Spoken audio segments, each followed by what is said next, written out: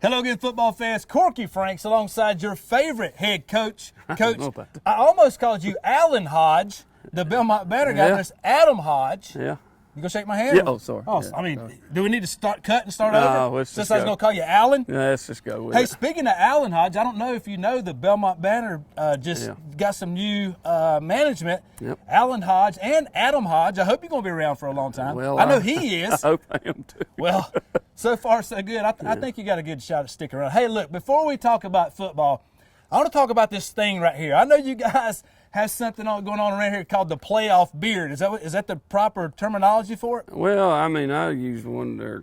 I don't guess use. I keep one about all the time, but no, I just ain't shaved. When's the last time you trimmed that thing up? Before we took pictures on picture day.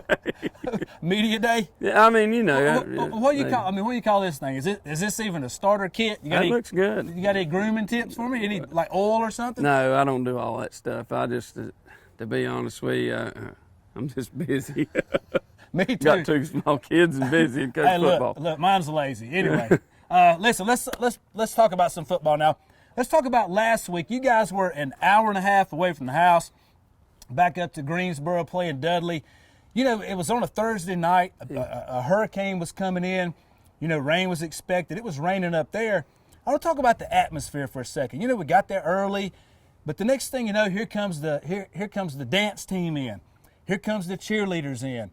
You know, the fans start filing in the stadium. The next thing you know, you guys have a pick six, take it to the house. Yeah. You're up 6-0. I hear boom, boom, boom, boom, boom, boom.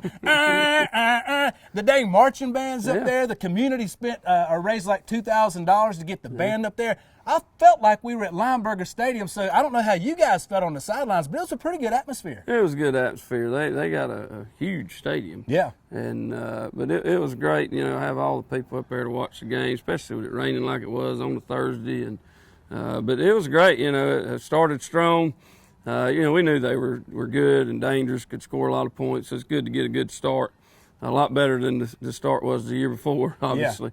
Yeah. But you know, we knew too that the game wasn't over just because we scored first. So we had to battle. We got down 21-6 and had to battle and fight back. And that's kind of hard to believe when you look at the score. We was down 21-6, but you know, our kids had faith and they believed in what they were doing, and awfully proud of them. You know, they got a really good football team and some dangerous guys. You know, number 8 he can fly. So for us to come out and win and perform like we did, I'm awfully tickled with them. Obviously, you know, that's in the rearview mirror now for us. So we were focused on Crest, and they got weapons too. So well, before we get there, it's no secret I'm not a football analyst by any means. I've never claimed to be. I know you guys don't throw away the entire playbook. You probably had a dozen plays, and maybe you're able to work a few in. Probably not most of the times. Pretty much run the same plays every week, I would say, right? Generally, yeah. Okay, but last week you guys had 2 passing touchdowns. You did an onside kick. You had a defensive touchdown, special teams touchdown. That's just off the top of my head, right?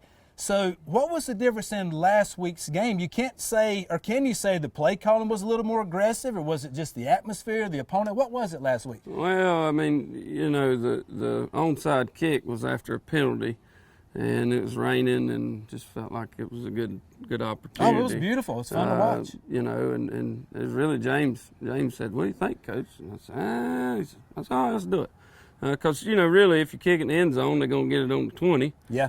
And if you kick it onside, they're gonna get it on the 30. So what difference did it really make? So, I mean, 10 yards is worth the gamble. So we took a chance there and got the ball, and we threw it a little bit because the safety kept tackling the quarterback. If the safety's tackling the quarterback, well, he obviously ain't playing the pass. So, so we took that, and we did a good job with the clock before the half, which, you know, we did the first time we played Crest. We did the same thing. So, and that's something we work on. We really try to work on that every week, regardless of the opponent, regardless of the score. We try to work that every week, so, and it was good for us. And sometimes it works out, and sometimes it don't. And sometimes you call those timeouts, and you get a score, and sometimes you call them and you don't get a score. So, you know, and sometimes you don't want to call timeout. You want the half to be over, but it just depends on, you know, just take what they give you and take advantage of opportunities and try to create a few opportunities as well. Well, it was raining, but man, it was a heck of a lot of fun to watch. I had people text me the whole game. Can you believe it? Is the score correct? Nobody believed it, but it was beautiful. I hope it's somewhere they can go back and watch it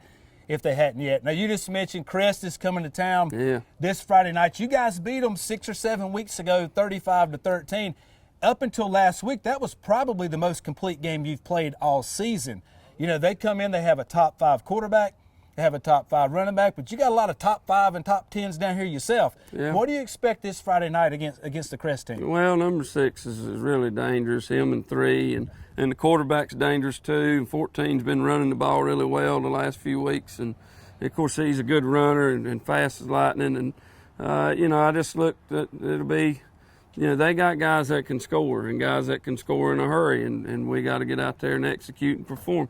And people, you know, ask, well, what'd y'all do? What'd y'all do? We didn't do nothing any different than we normally do. We just executed really well. And when you execute really well, then you can score a bunch of points, and that's what happened that week. And you got to do it again. It doesn't matter what you did last week or last year or last month or what. None of that matters. The only thing matters is how well do you execute on Friday from 7:30 to 9:30, 10 o'clock, and that's what matters at the end of the day. I think I could clip that and use that every week and just insert it into the... You probably could. Yeah, but I mean, honestly, that's the truth. You know, you go out, you prepare during the week, and you got to execute on Friday night. Well, here's the reality of it. It's the 3rd round of the state playoffs.